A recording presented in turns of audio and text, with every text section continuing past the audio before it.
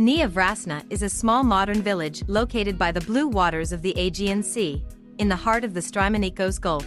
Nowadays, Nea Vrasna is a resort, although 50 years ago this place was uninhabited.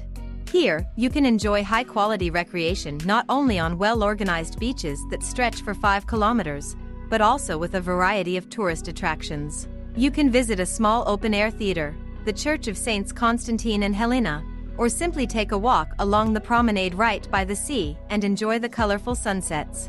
In Nea Vrasna, you can also observe how fishermen set their nets and fishing rods to deliver fresh catch to local taverns and restaurants, which are abundant here.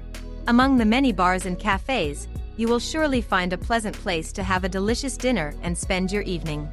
Follow our YouTube and Instagram pages to find more about Greece and Halkidiki. Visit our website at halkidiki.guide for more insights. Check the description for links.